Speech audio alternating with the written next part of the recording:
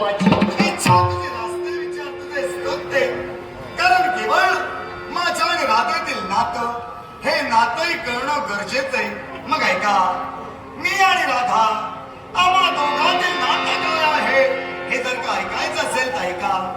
चिना बालपणी खेळण्या बागडण्यात मला सहकार्य केलं. ती राधा माझी सखी हो.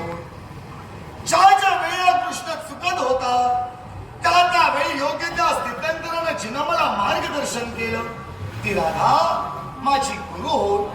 ज्येष्ठ भगिनी प्रमाण या कृष्णाच्या कानाला धरून ज्यानं योग्य त्या स्थित्यंतरानं जो न्याय मिळवून दिला ती राधा माझी भगिनी हो.